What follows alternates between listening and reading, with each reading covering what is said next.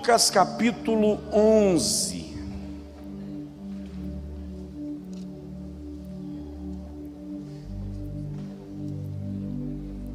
Versículo de número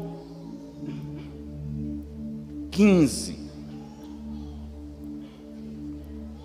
É Lucas capítulo 15, irmão. Versículo 11. Lucas capítulo 15, versículo 11. A parábola do filho pródigo. Eu falei aqui semana passada sobre aprendendo sobre família com o pai do filho pródigo. Hoje nós vamos falar sobre aprendendo sobre família com o filho pródigo. Certo homem tinha 2 filhos, e o mais moço deles disse ao pai: Pai, dá-me a parte da fazenda que me pertence. E ele repartiu por eles a fazenda. E poucos dias depois, o filho mais novo, ajuntando tudo, partiu para uma terra longínqua e ali desperdiçou a sua fazenda, vivendo dissolutamente. E havendo ele gastado tudo, houve naquela terra uma grande fome, e começou a padecer necessidades. E foi. E chegou-se a um dos cidadãos daquela terra, o qual o mandou para os seus campos a fim de apacentar porcos. Ele desejava comer ou encher o estômago com as alfarrobas que os porcos comiam, mas ninguém lhe dava nada. Então, caindo em si, disse: Quantos trabalhadores de meu pai têm abundância de pão, e eu aqui pereço de fome. Levantar-me-ei, e irei ter com o meu pai, e dir-lhe-ei: Pai, pequei contra o céu e perante ti. Já não sou digno de ser chamado teu filho. Faze-me como um dos teus trabalhadores. Então, levantando-se, foi para o seu pai. Quando ainda estava longe, viu o seu pai e se moveu de íntima compaixão, e correndo, lançou-se-lhe ao pescoço e o beijou. E o filho disse: Pai, pequei contra o céu e perante ti. Já não sou digno de ser chamado teu filho. Mas o pai disse aos seus servos: Trazei depressa a melhor túnica e vesti-o com ela, e ponde-lhe um anel na mão e sandálias nos pés. Trazei o bezerro cevado e matai-o. Comamos e alegremo-nos, pois esse meu filho estava morto e reviveu. Tinha se perdido e foi achado. E começaram a alegrar-se. O filho mais velho estava no campo, diga comigo, na roça. Quando voltou e chegou perto de casa, ouviu a música e as danças. Chamando um dos criados, perguntou-lhe o que era aquilo. E ele lhe disse: Veio teu irmão e teu pai matou o bezerro cevado, porque o recebeu são e salvo. Mas ele se indignou e não queria entrar. E saindo o pai, instava com ele. Mas ele respondeu a seu pai: Olha, sirvo-te há tantos anos sem nunca transgredir o teu mandamento, e nunca me deste um cabrito para alegrar-me com os meus amigos. Vindo, porém, esse teu filho que desperdiçou os seus bens com meretrizes, tu mandaste matar para ele o bezerro cevado. Respondeu-lhe o pai: Filho, tu sempre estás comigo, e todas as minhas coisas são tuas. Mas era justo alegrarmos-nos e folgarmos, porque esse teu irmão estava morto e reviveu, estava perdido e foi achado. Dá uma olhadinha no seu vizinho e espelha assim: não se incomode com a festa dos outros. Agora veja só, como eu disse, eu preguei aqui semana passada sobre aprendendo sobre família com o pai do filho pródigo. Nós observamos no domingo passado o quanto e por que esse pai simboliza Deus na parábola dissertada pelo Senhor Jesus Cristo. O coração daquele pai, a capacidade extraordinária de relevar o grave ou os graves erros do filho, de perdoá-lo e, mais do que isso, de restituí-lo à sua posição original na família. O que nós vamos observar hoje à noite é o que o filho pródigo diria da experiência que ele viveu fora de casa. Nós, filhos, sejamos jovens ou adolescentes, sejamos adultos ou já envelhecendo, precisamos aprender com este moço algumas lições e, além delas, a importância da valorização dos nossos pais, da nossa casa, como lugar de bênção que Deus preparou para nós. Eu disse aqui no domingo que alguns pensadores classificam a parábola do filho pródigo como a mais bela dentre todas que Jesus narrou. E dei a minha opinião, eu não a coloco como a mais bela, por entender que cada parábola tem a sua beleza na sua própria aplicação. Mas sem sombra de dúvida, ela é extraordinária e de uma profundidade tão rica, que para o irmão ter uma ideia, só essa semana eu já consegui rabiscar 11 reflexões, mensagens e esboços dentro da parábola do filho pródigo. São lições muitas para aprendermos. O que o filho pródigo nos diria? Nós lemos o texto: 2 filhos, o mais novo dirige-se ao pai e diz: dá-me a parte da herança que me pertence. Eu observei aqui com os irmãos que, dentro do contexto cultural da época, exigir a herança com o pai vivo era uma afronta, era uma humilhação, desrespeito ao patriarca. E o velho pai atende o moço e dá-lhe 1/3 da herança, visto que a lei estabelecia que a herança era dividida assim: 2/3 para o primogênito e 1/3 para o mais novo, neste caso.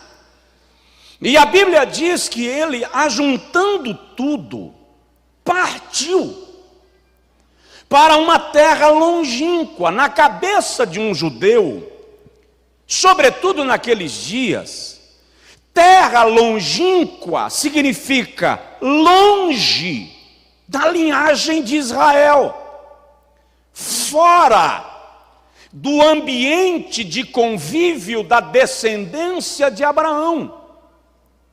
E este jovem comete mais um erro que, na mentalidade de um judeu, é um ultraje gastar tudo.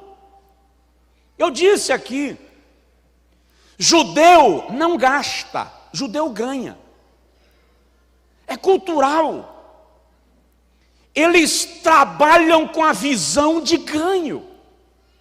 E este jovem, além de gastar tudo, o texto diz, gastou dissolutamente. Nos versículos finais da parábola, o filho mais velho queixa-se, dizendo que o moço gastou tudo com meretrizes. A expressão aponta para orgias, bagunça, uso de drogas, prostituição. Ele não tinha respeito nem para valorizar o que fora ganho com o suor alheio. E aí vem a seca, vem a crise, e ele precisa trabalhar. Claro, na minha mente e na sua, o impacto é muito menor. Na mente de um judeu aqui, o camarada é descendente de Abraão. Ele tem todas as promessas de Deus a Abraão sobre si. E ele vai agora trabalhar para um gentio.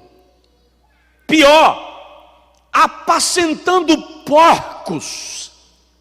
E para descer mais o nível, ele deseja comer a comida dos porcos. E não diz que comia, diz que ninguém lhe dava nada. Jesus, nesta parábola, levou o jovem pródigo ao mais baixo nível que um judeu poderia descer. E agora ele resolve voltar para casa. E voltar nunca é tarefa fácil. Diz aí para o seu vizinho, voltar nunca é tarefa fácil.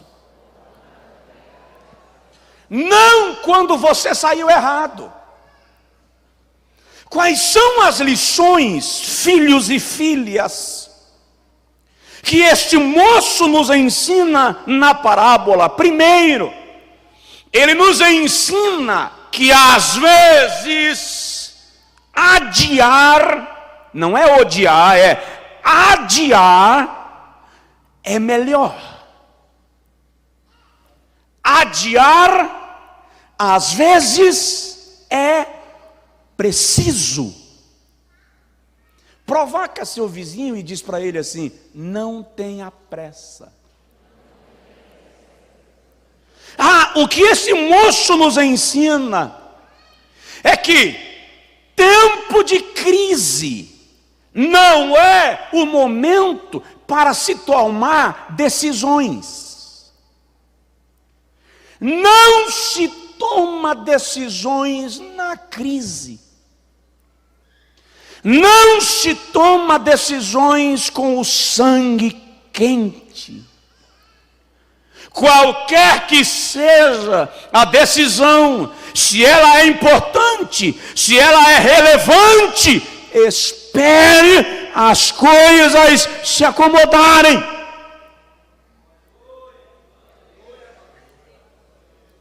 Este moço não pecou por sair de casa.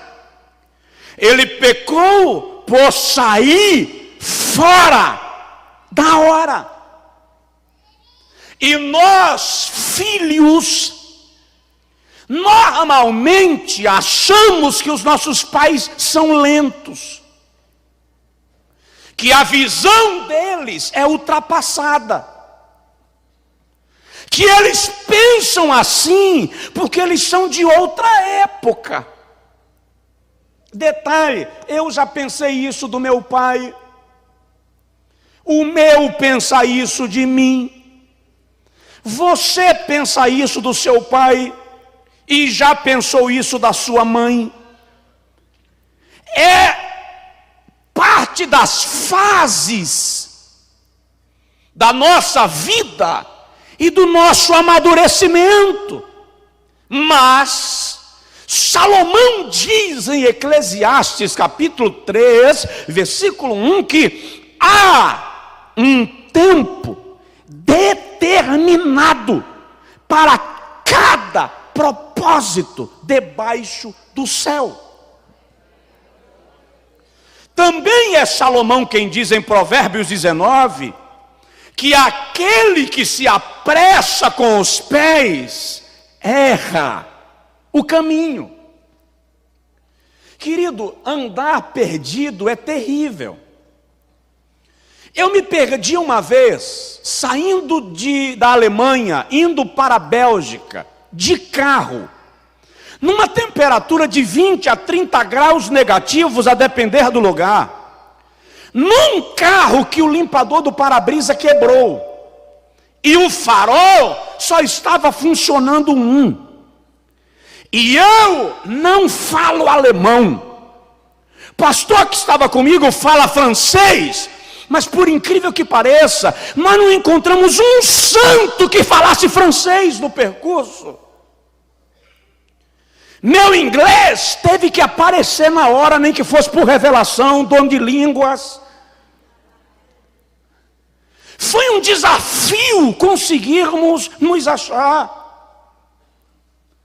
Quando você sai às pressas, você percebe o quanto um GPS ajuda, o quanto um guia rodoviário serve, o quanto falar o idioma da nação que você vai correr também é útil.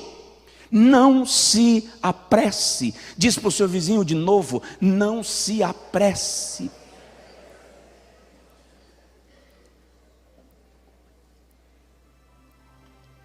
Se você folhear a Bíblia, vai perceber que alguns homens de Deus na Bíblia tomaram decisões erradas. Jonas, Jeová manda ir para Nínive, ele compra passagem para Tarsis. Davi manda enumerar o povo só para alimentar o seu orgulho, a sua vaidade. Sansão se apaixona por Dalila, uma inimiga, e toma uma decisão errada. Quantos homens de Deus na Bíblia? Abraão, o Senhor não manda Abraão descer para o Egito, e ele desce, uma decisão errada, e chega lá, toma mais uma, não admite que Sara é sua mulher, apresenta como sua irmã, e aí o rei quer levar Sara para ser sua. Decisões erradas geram resultados catastróficos, mas Deus está te dizendo: filho, espera, até que Ele te dê resposta. No deserto, Israel não caminhava enquanto a nuvem não se levantasse. Era o sinal de Deus para caminhar. E quando a nuvem descia, era o sinal de Deus para parar. Quando Deus lhe mandar parar, pare. Quando Deus lhe mandar andar, ande. Quando Deus lhe mandar sentar, nem olhe se tem cadeira, sente. Quando Deus lhe mandar ficar em pé, levante. Vai na direção de Deus para a sua vida. Essa é a primeira lição que esse moço nos ensina. A lição de que é necessário Deus estar no controle das nossas decisões. A lição de que nós não podemos ir para onde queremos. Nós dizemos assim: sou dono do meu nariz. Não, querido.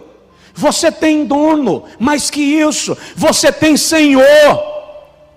E o nosso Senhor tem planos específicos para a nossa vida.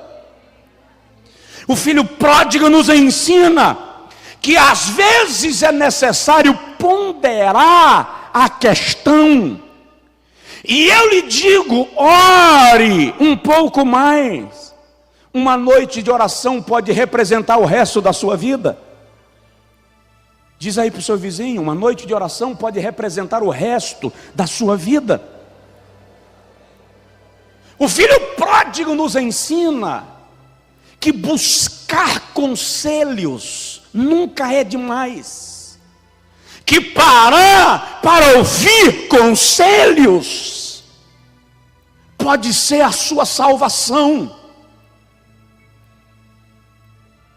Hoje eu li o depoimento, uma ilustração, não sei até que ponto tem fundo de verdade ou é lenda, mas diz que um moço casou-se com a mulher do seu amor, mas eles estavam passando muitas necessidades, e ele olhou para ela e disse: vamos fazer um pacto, eu vou embora, você vai me esperar, não importa quantos anos eu vou ficar fora, você não vai me trair, e eu não vou te trair, e eu só volto quando eu tiver recursos para te dar uma vida digna.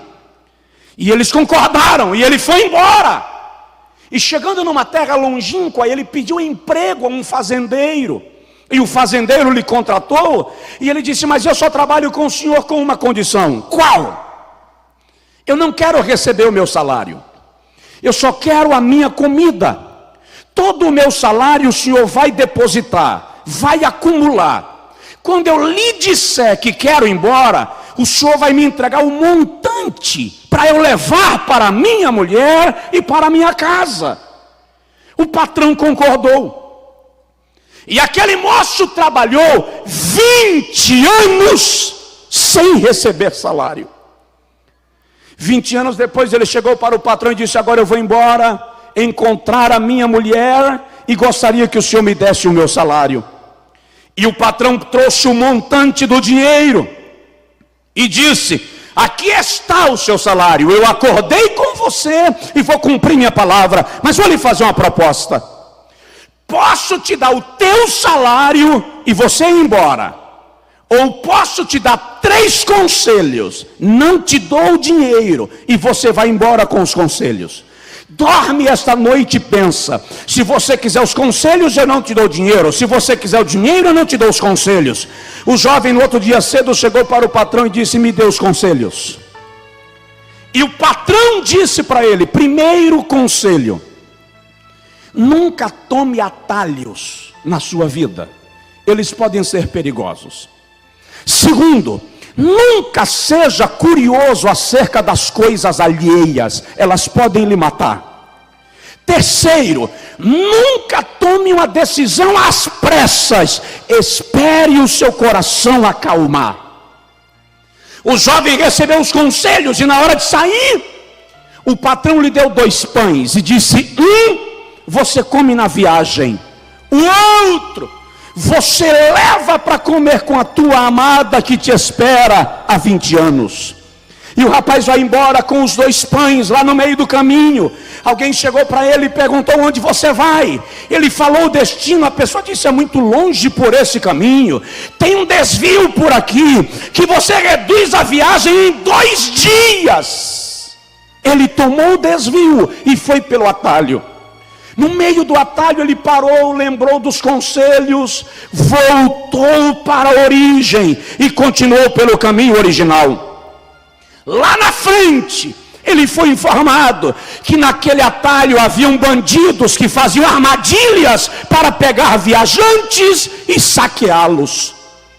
Depois de dias de viagem, ele chegou numa hospedaria, pediu a hospedagem para passar a noite.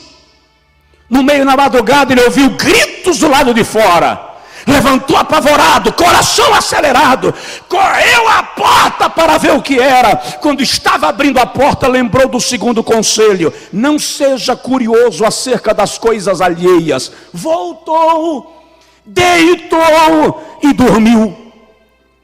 Na hora do café da manhã, o dono da hospedaria perguntou: você não ouviu gritos na madrugada? Ele disse: ouvi berros, ouvi, e você não quis levantar para ver o que era? Ele disse: quis, mas preferi ficar na minha cama. O velho disse: meu filho é esquizofrênico, toda madrugada ele dá ataques de ira. Você é o primeiro hóspede que vai sair vivo daqui, porque quando os hóspedes saem para ver o que é, ele os mata. O rapaz foi embora. Quando ele estava chegando em casa, final do dia, pela janela ele viu a sombra de uma mulher. Era a sua amada, a mulher do seu amor. Mas ele observa que há um homem deitado no colo dela e ela está afagando-lhe os cabelos. O sangue subiu Ele desejou arrombar a porta, ia dar fim de ambos, mas lembrou do terceiro conselho, se controlou e decidiu passar a noite fora da casa e resolver no outro dia. No dia seguinte, quando ele bate na porta e a sua mulher abre a porta e o reconhece, ela pula em cima dele para beijá-lo, e ele o empurra e diz: você não é digna do meu amor. Eu fiquei 20 anos lhe respeitando, eu não lhe traí e você não me foi fiel. Ela disse: como? Ele disse: eu vi ontem um homem deitado no seu colo. Ela disse: meu filho, aquele homem é o nosso filho. Quando você foi embora eu estava grávida e não sabia. Hoje nós temos um rapaz. Valorize conselhos, eles podem salvar a sua vida.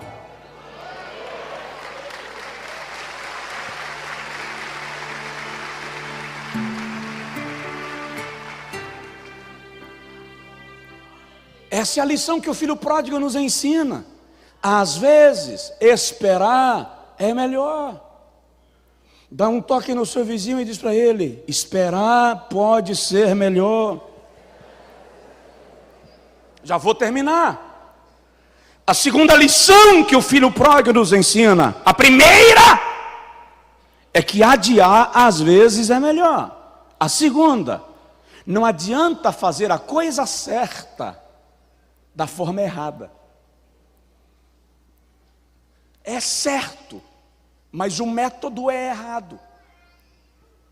O filho pródigo, eu disse há pouco, poderia sair de casa, mas poderia sair no momento certo e da forma certa. E esse princípio nós precisamos aprender. Jesus, quando foi abordado por Maria, sua mãe, na festa em Caná, e ela disse: eles não têm vinho. A resposta de Jesus foi: ainda não é chegada a minha hora. Diz aí para o seu vizinho: aprenda a discernir o tempo. Fazer na hora errada pode nos colocar fora da direção divina. Pode nos colocar fora do tempo de Deus.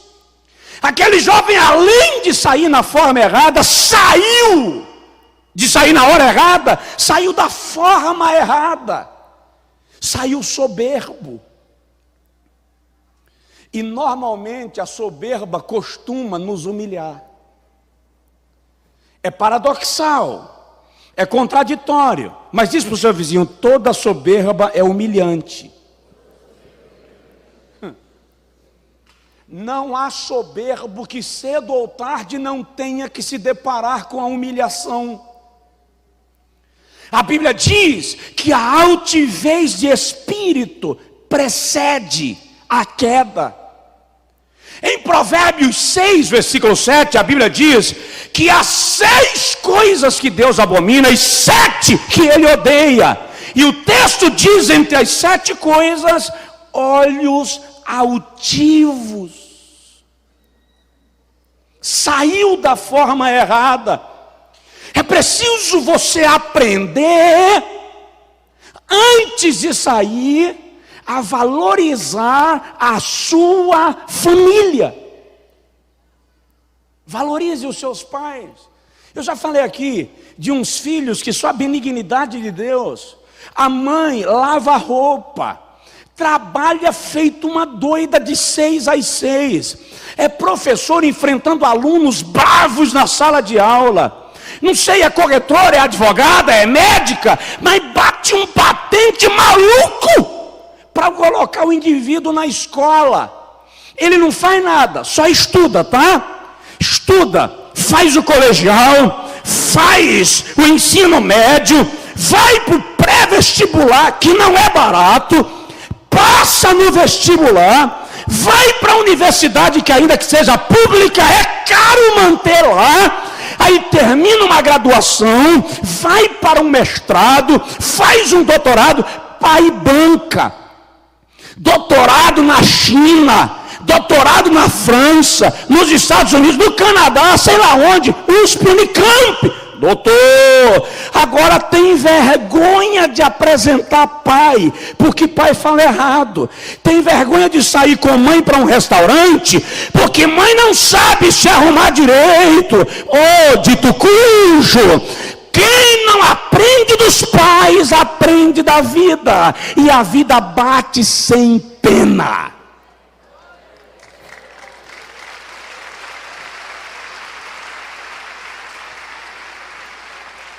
A vida bate com força. Em casa, quando eu ia apanhar, e tomei umas 2 surras, tinha 2 palmatórias lá em casa, e meu pai, para melhorar a situação, ainda colocava nome na bendita da palmatória. Uma certa feita eu resolvi esconder uma palmatória daquela. Até hoje ele não achou. Coloquei entre... pai, estava lá entre as ripas, está lá perto do telhado assim, eu coloquei, enfiei entre as telhas. Eu quero que você entenda, quando eu ia apanhar, eu sabia que eu ia tomar 3 bolos, 6 ou 12, e tomei algumas remessas de 12. Quando eu ia apanhar com vara de araçá, hoje não pode mais não, vigia nesse trem. Mas quando eu ia apanhar com vara de araçá, eu sabia que ele ia me dar 4 ou 5. A vida não lhe diz até quando vai lhe bater. Às vezes ela lhe bate até lhe moer. Então aprende princípios de vida em casa. Valoriza o que teu pai te diz. Valoriza o que a tua mãe te diz. Valoriza os conselhos dos teus avós. A vida vai te mostrar que eles não têm preço. Você me entende? Diga amém. Provoca o vizinho e diz para ele: valoriza a tua família.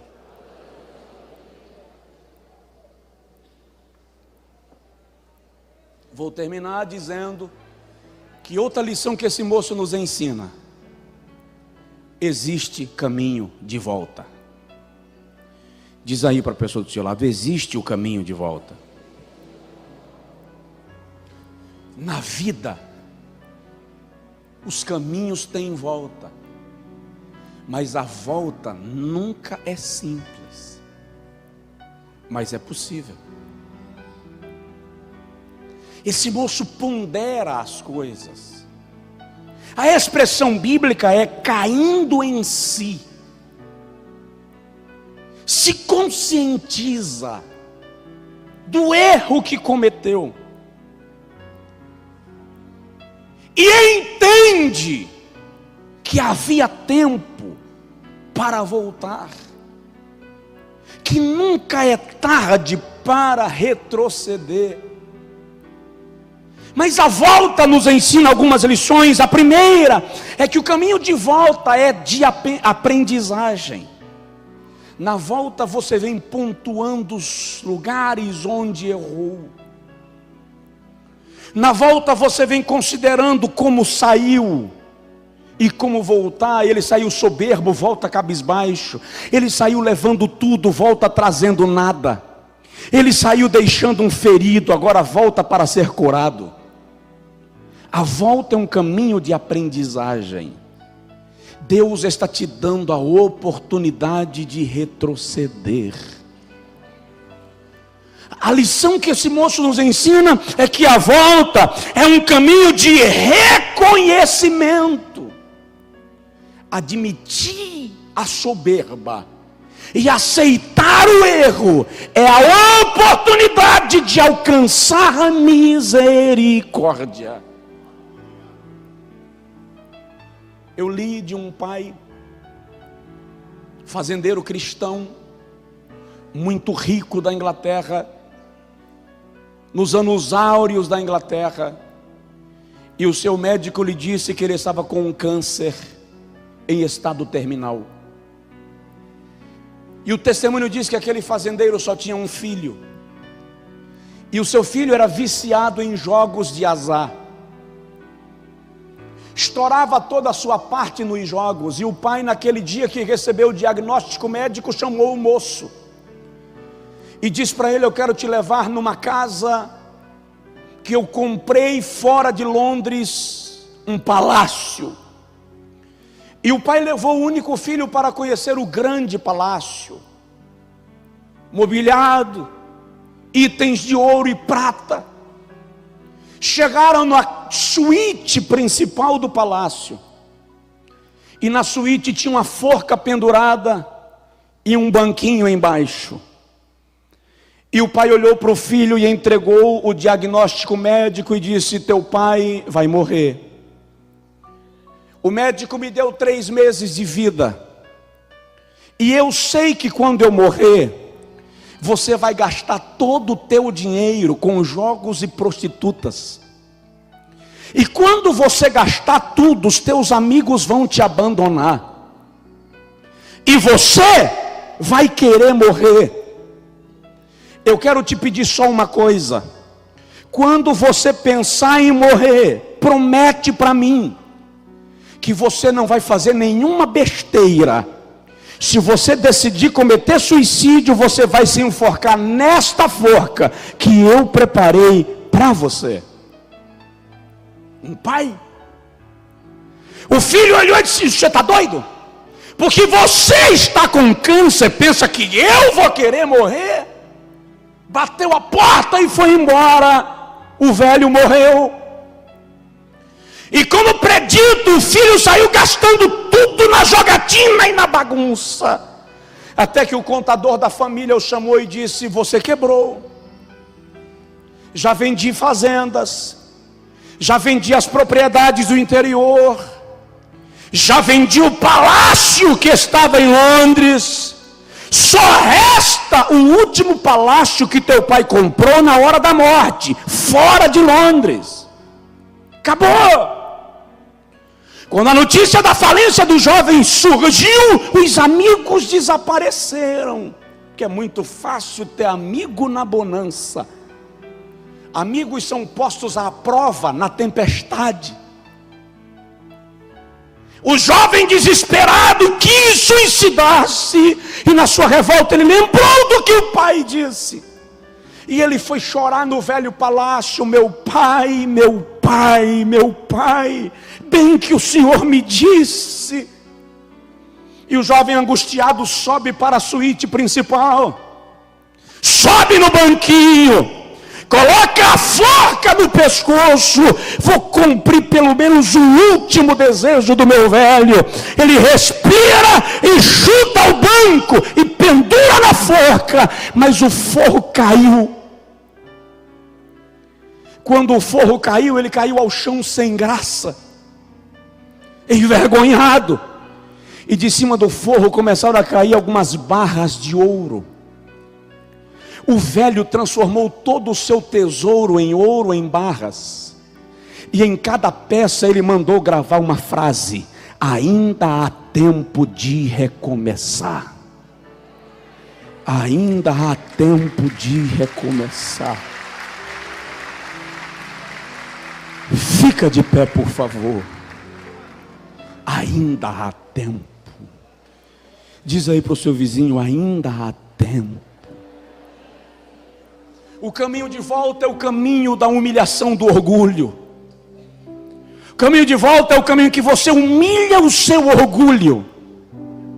O caminho de volta é o caminho da superação. Deus te fez com capacidade de superar crises. Deus te fez com capacidade de superar-se a si mesmo. Incrível. Deus nos fez com capacidade de superar até os nossos próprios limites. Maior atleta da atualidade, jamaicano, ontem quebrou os seus próprios recordes. Deus está lhe chamando para superar os próprios limites que você estabeleceu para si mesmo. O filho pródigo nos ensina que quando você reconhece o erro, voltar atrás, ainda que espinhoso, é nobre, e Deus te recebe de braços abertos. Filhos, eu falei aqui domingo passado, nós ocidentais somos mestres em homenagens póstumas. Tem filho aqui que nunca deu uma flor para o pai, nunca deu uma flor para a mãe, mas quando ele ou ela morrer, vai comprar uma coroa de flores. Tem filho aqui que nunca deu um terno para o pai, mas quando ele morrer, vai querer comprar o melhor terno e o melhor caixão. Para quê? Tem filho aqui que nunca levou pai e mãe para jantar, para tomar um sorvete, nunca acordou cedo e foi lá só para tomar o café da manhã com eles, mas morreu. Ah, mãe, que saudade do seu feijão. Incrível como nós somos. Honra hoje, honra hoje, honra agora. A Bíblia diz assim: honra o teu pai e a tua mãe, para que te vá bem e seja de longa vida sobre a terra. Eu estava num carro um dia vindo de Jequié com alguns irmãos, e eles estavam discutindo teologicamente. Parte da discussão era sobre o tempo de morrer. Só morre no tempo certo. Um gritou: morre antes, nunca depois. O outro disse: não, morre depois, nunca antes. E eu gosto dessas discussões, não para participar, eu gosto para aprender. Chegando em Santo Estevão, eu disse para eles: queridos, tem tempo de morrer. Salomão diz em Eclesiastes 3 que há tempo de nascer e tempo de morrer, mas eu posso adiar ou antecipar.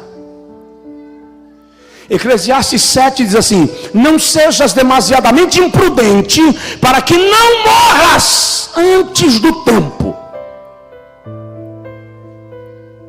E Efésios 3:4 diz: honra teu pai e tua mãe, para que te vá bem e se multipliquem os teus dias de vida sobre a terra. Dá uma olhadinha no seu vizinho e diz para ele assim: você pode viver mais.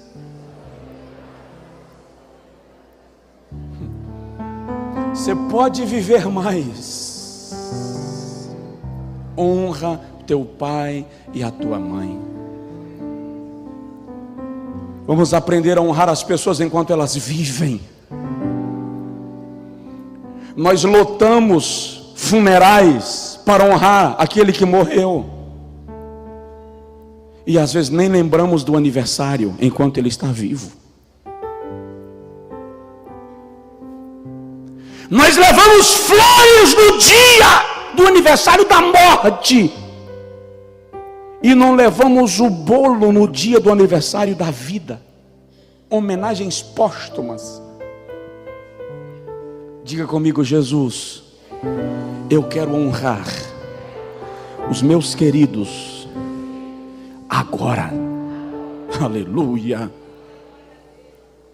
E filhos e filhas, honremos nossos pais e nossas mães. Mas meu pai é um cachaceiro. É seu pai. É minha mãe, mas minha mãe tem um comportamento à margem daquilo que eu entendo como moral. É sua mãe. É sua mãe. Mas eu tenho vergonha do comportamento do meu pai. Honre-o como pai. Honrar o pai não é concordar com os erros, é reconhecê-lo. Reconhecê-lo. Eu conversei essa semana com um pastor que me disse: eu tenho dificuldade de honrar meu pai, porque eu lembro de como meu pai espancava minha mãe quando eu era criança.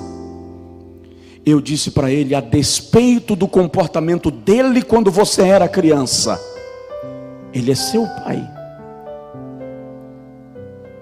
Dá atenção a ele como pai. É uma lei, é uma ordem. O comportamento dele, a vida há de estabelecer parâmetros e julgamentos. A sua consciência responderá por ele. E Deus não ignora os atos de nenhum de nós. Semeie honra. Se você ler, eu concluo: as bênçãos que Jacó impetra sobre os seus filhos e sobre 2 netos, você vai perceber que cada bênção daquela se cumpriu na íntegra sobre cada um deles. Não sou tão velho.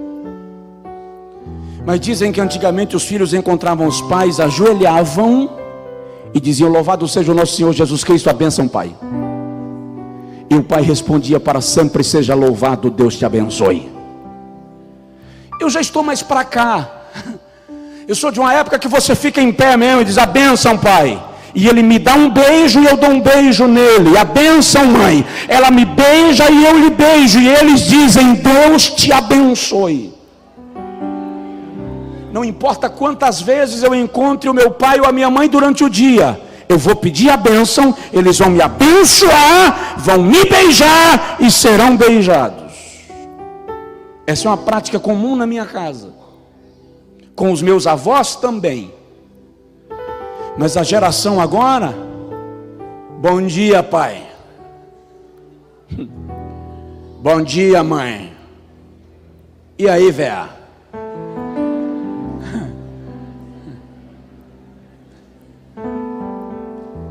E quando fica com raiva do pai, fica dias sem se falar, dias sem se comunicar. Sabe o que eu entendo? Sabia que a maior parte do nosso choro quando nós perdemos alguém não é pela perda, é pelo remorso. A maior parte do nosso desespero quando alguém morre não é pela perda da pessoa, é pelo sentimento do que poderíamos ter feito e não fizemos. Faça agora. Vou morar. A palavra lhe serviu? Jesus falou contigo? Então sai daqui decidido a honrar.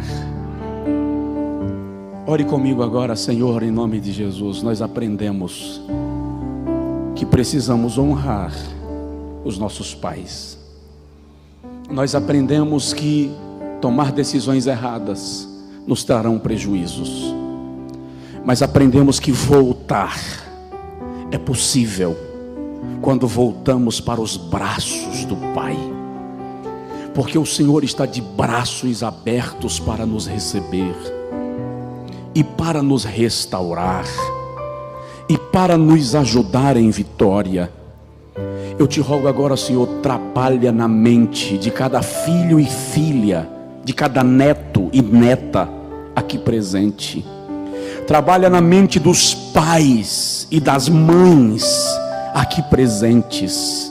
Senhor, restaura o relacionamento entre pais e filhos nesta noite.